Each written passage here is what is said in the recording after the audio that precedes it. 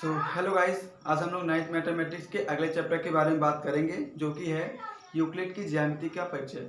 Euclid की ज्यामिति के परिचय में ये कुछ अवधारणाएं हैं, तो उनको जानेंगे, उनको कि वो क्या होती हैं, उनको कैसे यूज करते हैं, ठीक है। और उसके अलावा उनको जानने से पहले हमें कुछ और चीज़ें जाननी जरूरी हैं, कुछ और बातें जो कि उसको जानने में हमको हेल्प करेंगी। तो आइए उनको देखते हैं।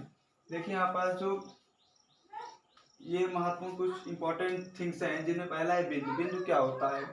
बिंदु वह है जिसका कोई भाग नहीं होता। जैसे यहाँ पास ये एक बिंदु है, इसका ना तो कोई लेंथ है, ना तो कोई विड्थ है, ना तो कोई हाइट है, मतलब इसमें कुछ भी नहीं है, ना तो इसमें कुछ सरफेस है। इसको क्या बोलते हैं? बिंदु। और मतलब बिंदु का मतलब ही होता है कि जिसका कुछ भी ना हो, एक सिंपल एक डॉट। ओके। और अगला आता है लाइन। लाइन ये एक लाइन है। लाइन क्या होता है?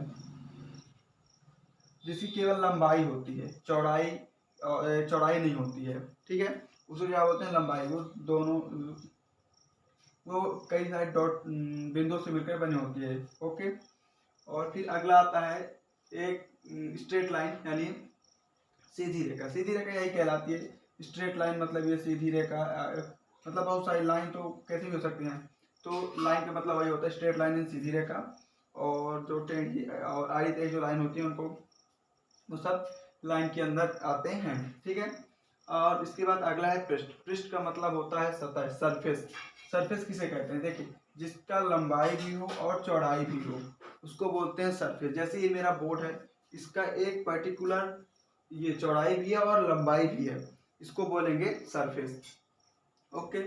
और इसके बाद आता है समतल पृष्ठ, मतलब प्लेन सरफेस। प्लेन सरफेस, देखिए सरफेस कई प्रकार के होते हैं, जैसे उबड़ खाबड़ टाइप में देख लीजिए, और ये वृत्ताकार में भी होते हैं सरफेस। ओके। और ये जो हमारा बोर्ड है, ये एक प्लेन सरफेस है। तो आई थिंक आपको ये सब समझ में आ गया होगा। आइए देखते हैं उसके यूक्लिड की अवधारणा के बारे में बात करते हैं।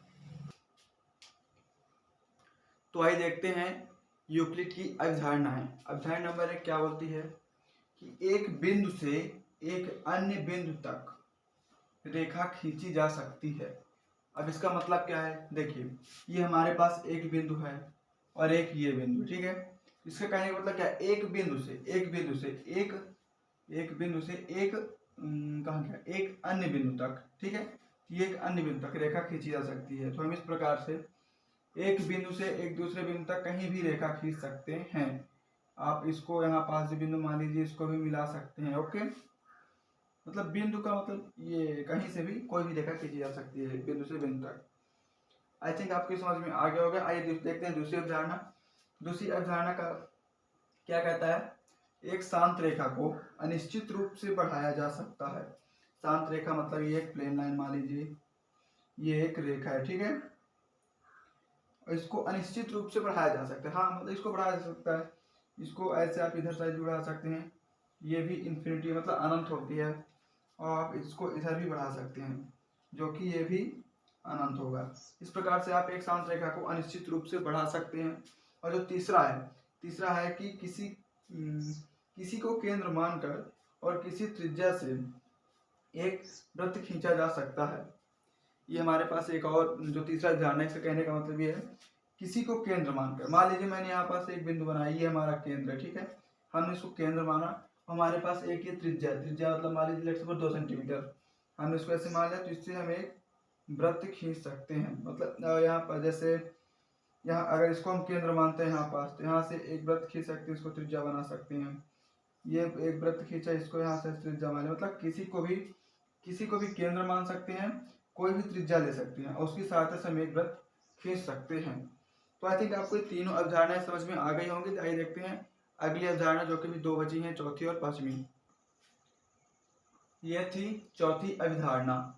तो आई थिंक ये आपको समझ में आ गया होगा। आइए देखते हैं पश्चिमी अवधारणा। पश्चिमी अवधारणा का कहने का मतलब ये है कि हमारे पास 2 सीधी रेखाएं हों, ठीक है। ये भी एक सीधी रेखा, ये भी एक सीधी रेखा। अगर इसमें कोई तीसरी आड़ी मतलब खड़ी रेखा आके गिरे, तो इनके बीच का जो कोण होगा, जो इनके बीच का कोण बनेगा इन दोनों रेखाओं के बीच, वो 90 डिग्री से कम होगा।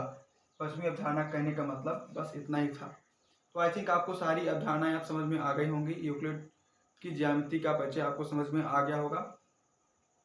और अगर आपको समझ में नहीं आया, आप वीडियो दोबारा देख सकते हैं, जिससे आपको आसानी से समझ में आ जाएगा। और इससे पहले के टॉपिक मैंने अपने पिछले वीडियोस में अपलोड किए हैं, तो उनको भी आप जाके देख लीजिए, ताकि आपके सारे डाउट क्लियर हो जाएं, आपसे मैथमेटिक्स अच्छे से आने लगे। आज के लिए बस इतना ही। तब तक आप हमारे चैनल को लाइक करें, सब्सक्राइब करें, कमेंट करें, ज़्यादा से ज़्यादा शेयर करें। Thanks for watching.